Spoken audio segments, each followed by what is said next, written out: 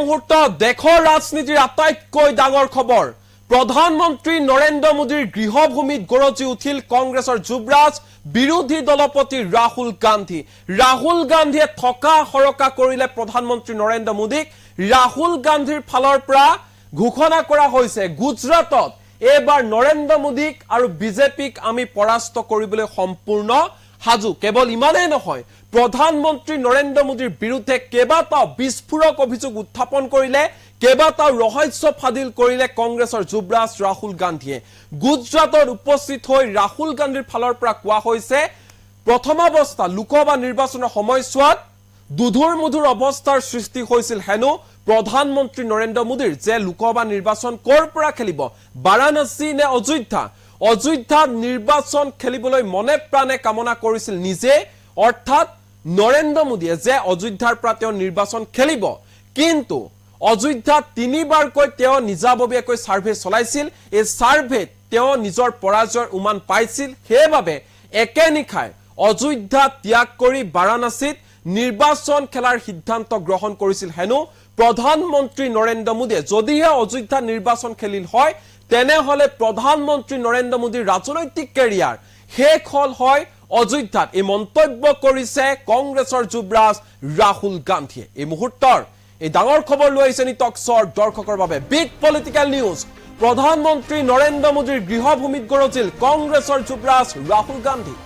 গুজৰাটত গৰ্জন কংগ্ৰেছৰ যুৱৰাজ ৰাহুল গান্ধীৰ। নৰেন্দ্ৰ মোদীক বিজেপিৰ কোনো নেতা কৰ্মীয়ে নিবিচাৰে আৰু কোনেও ভাল নাপায়। বিজেপিৰ নেতা কৰ্মীয়ে মোদীক ভয় কৰে বাবে একো নকয়, চুপচাপ থাকে, মনে মনে থাকে বিজেপিৰ নেতা কৰ্মীসকল। অযোধ্যাত কিয় পৰাস্ত হল বিজেপিৰ প্ৰাৰ্থী তাৰো উত্তৰ দিছে বিৰোধী দলপতি ৰাহুল গান্ধীয়ে। কি কৈছে যে অযোধ্যাৰ ৰাইজৰ মাটি কাঢ়ি লৈছিল বিজেপি চৰকাৰে, ভাঙি পেলোৱা হৈছিল দোকান পোহাৰ, কিন্তু অযোধ্যাৰ জনতাক কোনো ধৰণৰ ক্ষতিগ্ৰস্ত লোকসকলক ক্ষতিপূৰণ দিয়া হোৱা নাছিল।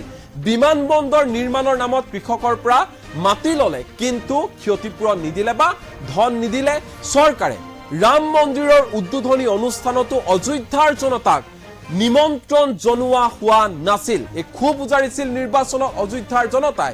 এইভাবে খঙত অগ্নিশৰ্মা হৈ অযোধ্যাৰ জনতাই সম্পূৰ্ণৰূপে বৰ্জন কৰিলে, প্ৰত্যাখ্যান কৰিলে বিজেপিৰ প্ৰাৰ্থীক আৰু প্ৰধানমন্ত্ৰী নৰেন্দ্ৰ মোদীক।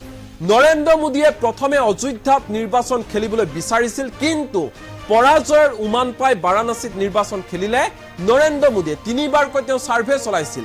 অযোধ্যাত নিৰ্বাচন খেলা হলে অযোধ্যাত মোদীৰ ৰাজনৈতিক পলিটিকেল যিটো কেৰিয়াৰ সেয়া শেষ হল হয়। এই মন্তব্য কৰিছে ৰাহুল গান্ধীয়ে।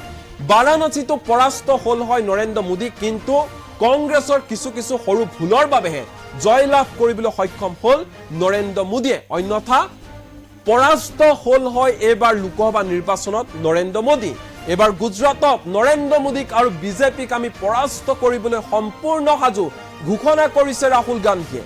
বিজেপিক আমি অযোধ্যাত পৰাস্ত কৰিছো, এইবাৰ গুজৰাটত আমি হৰুৱাবলৈ সম্পূৰ্ণ সাজু আছো। এইবাৰ বিজেপিক আমি পৰাস্ত কৰিমে গুজৰাটত। এনেধৰণে প্ৰধানমন্ত্ৰী নৰেন্দ্ৰ মোদীৰ গৃহভূমিত গৰজি উঠিল কংগ্ৰেছৰ যুৱৰাজ বিৰোধী দলপতি ৰাহুল গান্ধী। পলম নকৰো, কি কৈছে গুজৰাটত ৰাহুল গান্ধীয়ে, মন দি শুনক।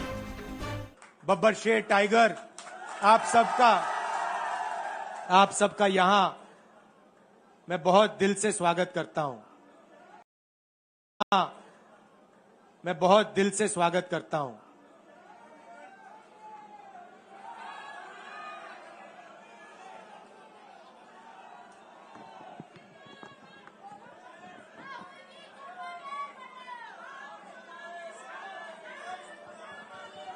पार्लियामेंट हाउस में आपने देखा होगा कि अजीब सी बात है,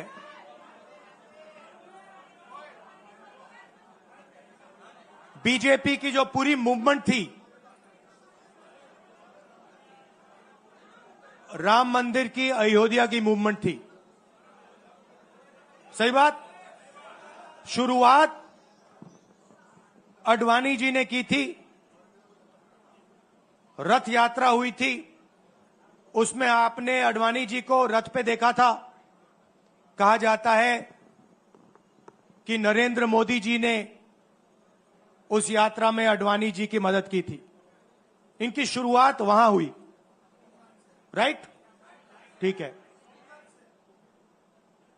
रथ यात्रा चली और पार्लियामेंट में मैं सोच रहा था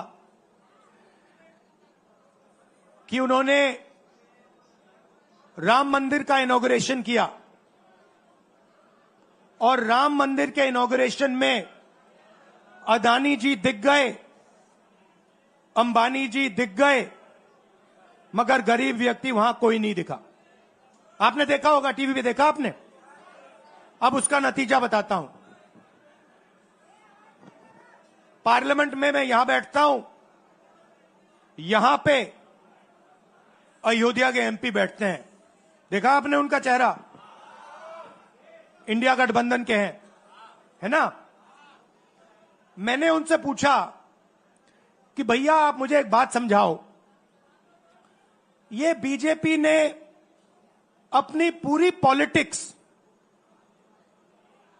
अयोध्या की पॉलिटिक्स थी। चुनाव के पहले इन्होंने राम मंदिर का इनॉग्रेशन किया, राम भगवान को पॉलिटिसाइज करने की कोशिश की, मीडिया में फैला दिया।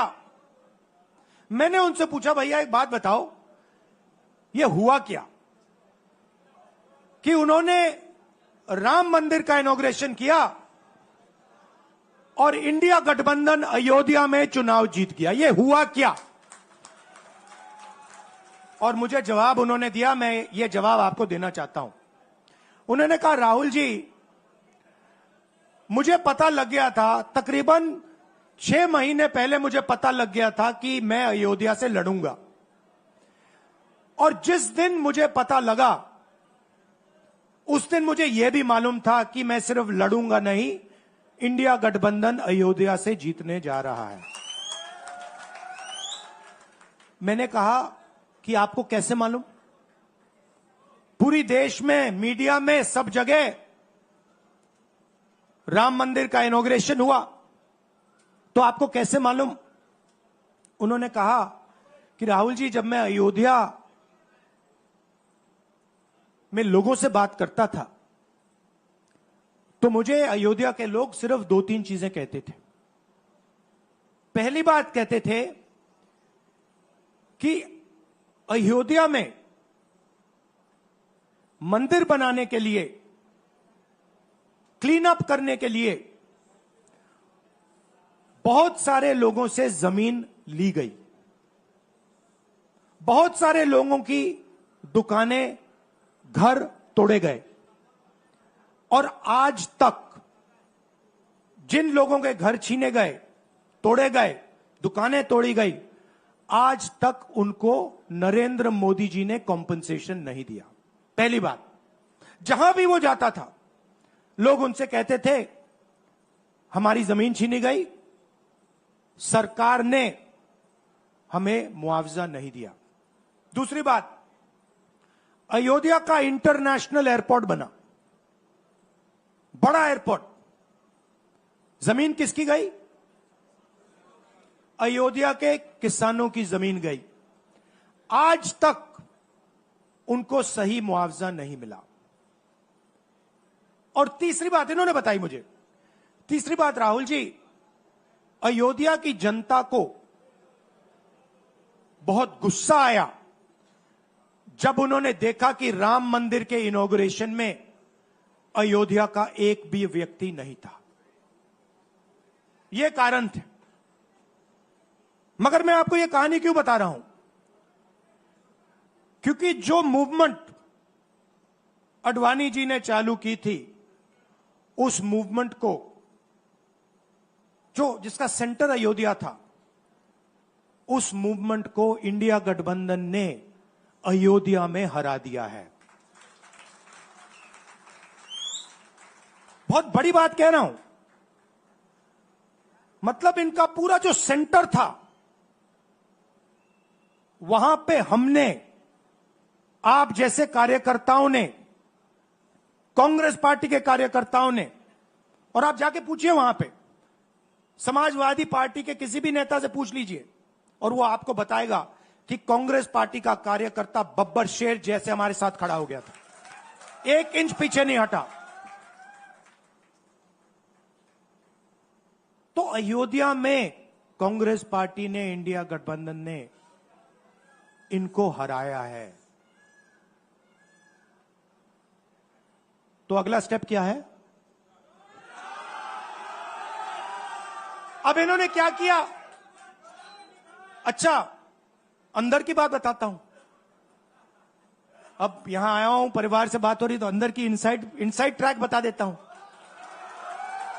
इनसाइड ट्रैक है, उसी एमपी ने बताया, राहुल जी यहां पे 3 बार सर्वे हुआ था, नरेंद्र मोदी जी वाराणसी से नहीं लड़ना चाहते थे, नरेंद्र मोदी जी अयोध्या से लड़ना चाहते थे।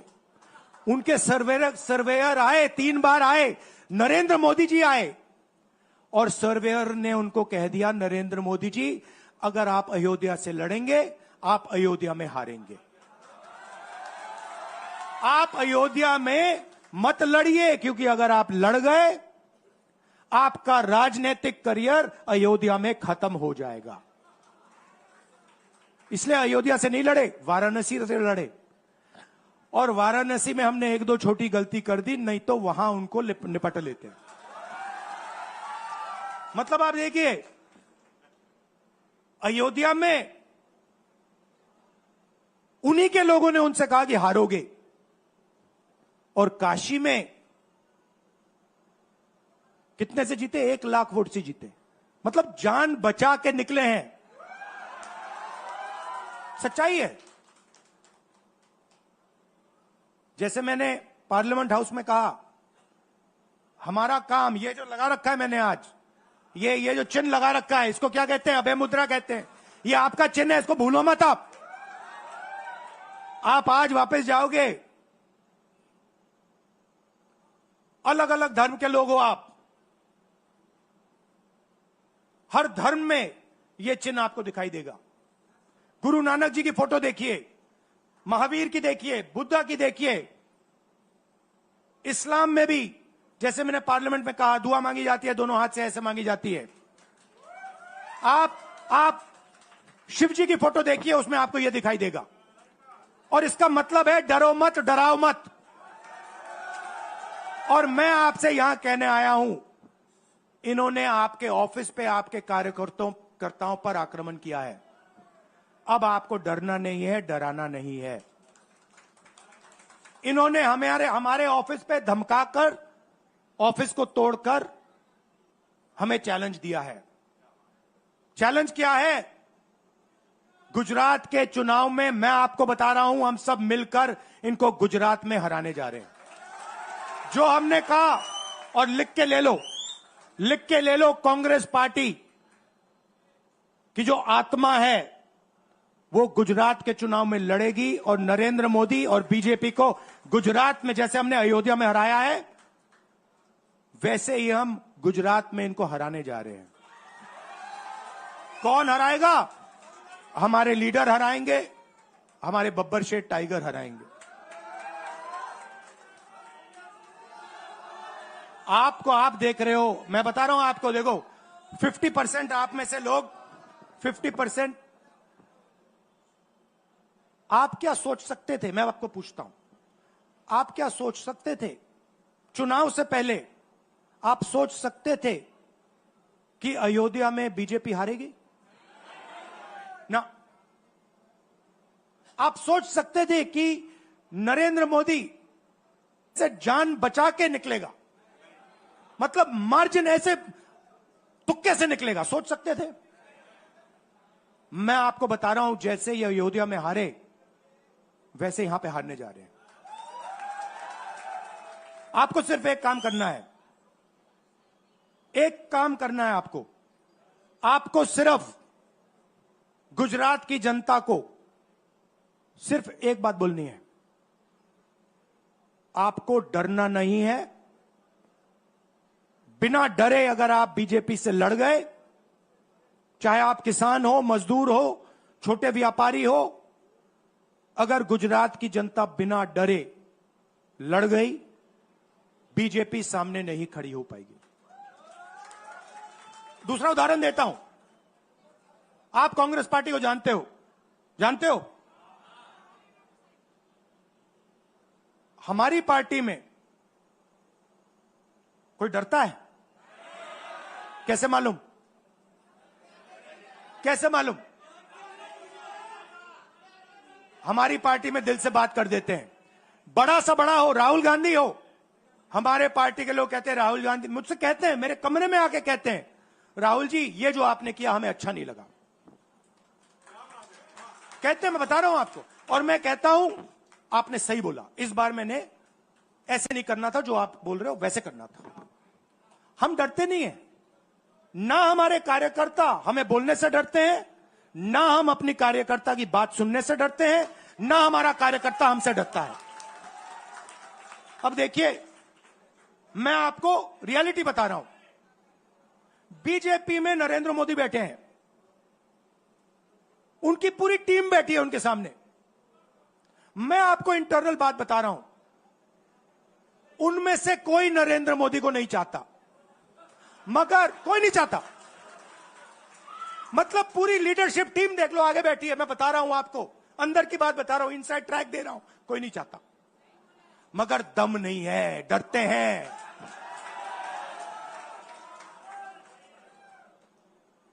अगर नरेंद्र मोदी जैसा लीडर कांग्रेस पार्टी में होता, पूरी कांग्रेस पार्टी खड़े हो जाती, कहती है नहीं हम डरते नहीं है, हटो यहां से। मगर उनकी पार्टी में दम ही नहीं है, उनके कार्यकर्ताओं में दम नहीं है। आप देखो ना, एक आदमी खड़ा है वहां पे, सबकी हवा निकल गई। मतलब कार्यकर्ताओं की हवा निकल गई, आरएसएस की हवा निकल गई, सारे लीडर्स की हवा निकल गई। सच बोल रहा हूं ना। और हमारे मतलब छोटा कार्यकर्ता होता है, टाइगर होता है, आता है कांग्रेस प्रेसिडेंट के सामने, आता है राहुल गांधी के सामने, आता है, कहता है भैया मेरे दिल में ये बात है, आपको ना लगे मैं तो बोल रहा हूं। तो ये है कांग्रेस पार्टी। अंग्रेजों के साथ ये खड़े हो गए थे सारे के सारे आरएसएस वाले। हम लड़े थे, हमने कहा, देश से हमने कहा था डरो मत, डराओ मत, हमने कहा था। बीजेपी के लोगों ने हाथ जोड़ के कहा था भैया डर गए हम, जो करना है कर लो। तो आप अपनी हिस्ट्री समझो। जो डर की भावना होती है ना, वो आप में नहीं है, उनमें है। और इसी के कारण मैं आपको बता रहा हूं, कांग्रेस पार्टी गुजरात में जीतेगी और गुजरात से ही नई कांग्रेस पार्टी बनेगी। क्योंकि कांग्रेस पार्टी, मैं गहरी बात बोल रहा हूं, मैं ऐसी आलतू फालतू बात नहीं करता हूं। देखिए, कांग्रेस पार्टी बनी कहां थी? मतलब हमारे जो सबसे बड़े नेता थे, जिन्होंने रास्ता दिखाया था। आप क्या सोचते हो, जब यहां अंग्रेज राज करते थे, क्या डर नहीं था? गुजरात के व्यक्ति ने कहा था, महात्मा गांधी ने देश को कहा कि देखो डरो मत, डराओ मत। और आग गुजरात से शुरू हुई थी। और आज अगर कांग्रेस पार्टी है, तो वो पार्टी, वो भावना, वो सोच गुजरात से शुरू हुई थी। इसीलिए जब इन्होंने हमारा ऑफिस तोड़ा, मैंने सोचा भैया मौका मिल गया, अब हम इनको सबक सिखाएंगे। जैसे इन्होंने हमारा ऑफिस तोड़ा, वैसे ही हम उनकी सरकार को तोड़ने जा रहे हैं। अच्छा, अब मैंने डरो मत की बात करी, मगर एक शिकायत भी है। यह भी नहीं है कि कांग्रेस पार्टी गुजरात में कमियां नहीं है, ये कहना पड़ेगा। कमी क्या है? एक कार्यकर्ता ने मुझे बहुत अच्छी तरह बताया, कांग्रेस पार्टी के कार्यकर्ता ने, राहुल जी कहता है मुझे, राहुल जी ये कांग्रेस पार्टी में एक मुश्किल है, दो तरीके के घोड़े होते हैं, एक रेस का घोड़ा होता है, दूसरा शादी का घोड़ा होता है। ये आप कभी कभी कांग्रेस पार्टी क्या करती है, रेस के घोड़े को शादी में भेज देती है और शादी के घोड़े को रेस में लगा देती है। तो उसने कहा ये आप बंद करा दीजिए, रेस के घोड़े को आप रेस दौड़ाइए और शादी के घोड़े को आप शादी में भेजिए। तो ये हमें गुजरात में करना है। जो रेस का घोड़ा है, जो तैयार है, दौड़ने के लिए तैयार है, उसको रेस में लगाना चाहिए। और जो हमारे शादी के घोड़े हैं, जो हैं वो हैं, उनको हमें शादी में बारात में नचा देना चाहिए।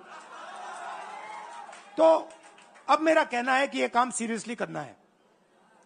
हम पिछले चुनाव में, आप भी जानते हो, मैं भी जानता हूं कि हम बीजेपी से पिछले चुनाव में नहीं लड़े थे, ठीक से नहीं लड़े थे। उससे पहले चुनाव में 2017 में हम 3 महीने कह लो, 4 महीने कह लो, 4 महीने 3 महीने हम लड़े और नतीजा आपने देखा। आपने देखा, गुजरात के सीनियर नेताओं ने मुझे बस में कहा, मैं बता रहा हूं आपको इनसाइड ट्रैक, मुझे बस में कहा कि राहुल जी गुजरात में हमें 40 सीटें मिलेंगी। मैंने उनसे कहा 40 नहीं, हम चुनाव जीतने जा रहे हैं। और 16 सीट से हम चुनाव हारे। अब 3 साल है,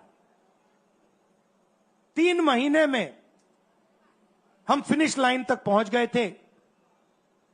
3 साल में हम फिनिश लाइन को मतलब उधर पीछे छोड़ के निकल जाएंगे। मैं आपको यहां कह रहा हूं कि आप लोग गुजरात में कितने साल बाद, 30 साल हो गए, 30 साल हो गए, मैं आपको बता रहा हूं, मानो ना मानो, आप में से 50% अभी मान रहे हैं और 50% कह रहे नहीं भैया नहीं होगा। जो 50% मान रहे हैं, मैं आपसे बात कर रहा हूं, जो 50% मान रहे हैं, मैं आपसे बात कर रहा हूं, आप लड़ जाओ और ये बाकी 50% बैठे हैं, उनकी माइंड बदल दो, नैया पार हो जाएगी, सरकार बन जाएगी। और मैं आपसे कहना चाहता हूं कि एआईसीसी की टीम, राहुल गांधी, मेरी बहन, सारे के सारे सीनियर लीडर आपके साथ यहां खड़े होंगे, आपके साथ मिलकर इनकी सरकार को तोड़ेंगे। आपने बहुत सहा है, बहुत लाठियां खाई हैं, बहुत अपमान हुआ है आपका, गालियां खाई हैं आपने, अब बहुत हो गया। अब इनको हमें सबक सिखाना है और हम इनको हराने जा रहे हैं। और नफरत से नहीं, मोहब्बत से आप देखना, मोहब्बत से हम इनको हराएंगे। कैसे? क्योंकि नरेंद्र मोदी जी का जो विजन था, वो गुब्बारा जो था वो फट गया है, फटाक से वो फट गया है। आप सोचिए, पार्लियामेंट हाउस में नरेंद्र मोदी वहां बैठे, मैं यहां, और मैंने प्रधानमंत्री जी उनके सामने कहा कि नरेंद्र मोदी जी, आप एक व्यक्ति भी नहीं कह सकता हूं, पता नहीं आप क्या हैं, क्योंकि आपने ही कहा कि मैं नॉन बायोलॉजिकल हूं, मैं बायोलॉजिकल नहीं हूं, और मेरा सीधा डायरेक्ट कनेक्शन है ईश्वर से। अरे भैया, आपका डायरेक्ट कनेक्शन है ईश्वर से, तो अयोध्या कैसे हार गए? कैसे हार गए? तो हमारे प्रधानमंत्री सोचते हैं कि बाकी सब लोग बायोलॉजिकल, गुजरात की जनता बायोलॉजिकल, गांधी जी बायोलॉजिकल, हिंदुस्तान के किसान मजदूर सब लोग बायोलॉजिकल, और Narendra Modi non biological. Speaker sir ने मुझे कहा ऐसे मत बोलिए। मैंने कहा मैं थोड़ी बोल रहा हूं,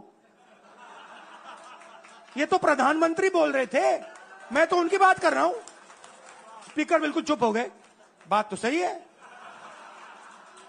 बात तो सही है, ये राहुल गांधी के शब्द थोड़ी है, ये तो हिंदुस्तान के प्रधानमंत्री के शब्द हैं, नॉन बायोलॉजिकल। अब सोचिए वो व्यक्ति जो अपने आप को नॉन बायोलॉजिकल समझता है और देश की जनता को बायोलॉजिकल समझता है, कि मतलब मैं यहां और बाकी जनता वहां, वो गुजरात को विजन कैसे दे सकता है? जो किसानों का दर्द नहीं समझ सकता, मजदूरों का दर्द नहीं समझ सकता, डायमंड इंडस्ट्री में जो काम करते हैं उनका दर्द नहीं समझ सकता, नॉन बायोलॉजिकल व्यक्ति वो गुजरात को कैसे रास्ता दिखा सकता है? नहीं दिखा सकता। तो अब आपका काम है गुजरात को विजन देना, गुजरात के युवाओं को, किसानों को, मजदूरों को, माताओं बहनों को विजन देना कि भैया हम आपके लिए ये करने जा रहे हैं। आपने हमारा मैनिफेस्टो देखा, हिला के रख दिया था बीजेपी को, आपने देखा? वैसा मैनिफेस्टो बनाना है गुजरात के लिए। गुजरात की जनता से मिलकर 1 लाख लोगों ने हमारा मैनिफेस्टो बनाया था। वैसे ही हम गुजरात में लाखों लोगों से पूछकर अपना मैनिफेस्टो बनाएंगे, गुजरात को विजन देंगे और फिर चुनाव पूरा दम लगा के लड़ेंगे और यहां इनकी जो सरकार है उसको तोड़ के हटप्परे कर देंगे। आप सबका दिल से धन्यवाद। आखिरी बात मैं कहना चाहता हूं, यहां जगन्नाथ यात्रा हो रही है, आप सबको और जो यात्रा में भाग लेंगे आप सबको शुभकामनाएं देना चाहता हूं और दिल से प्यार देना चाहता हूं। आप सबका दिल से धन्यवाद, नमस्कार, जय हिंद। अभय मुद्रा, डरो मत, डराओ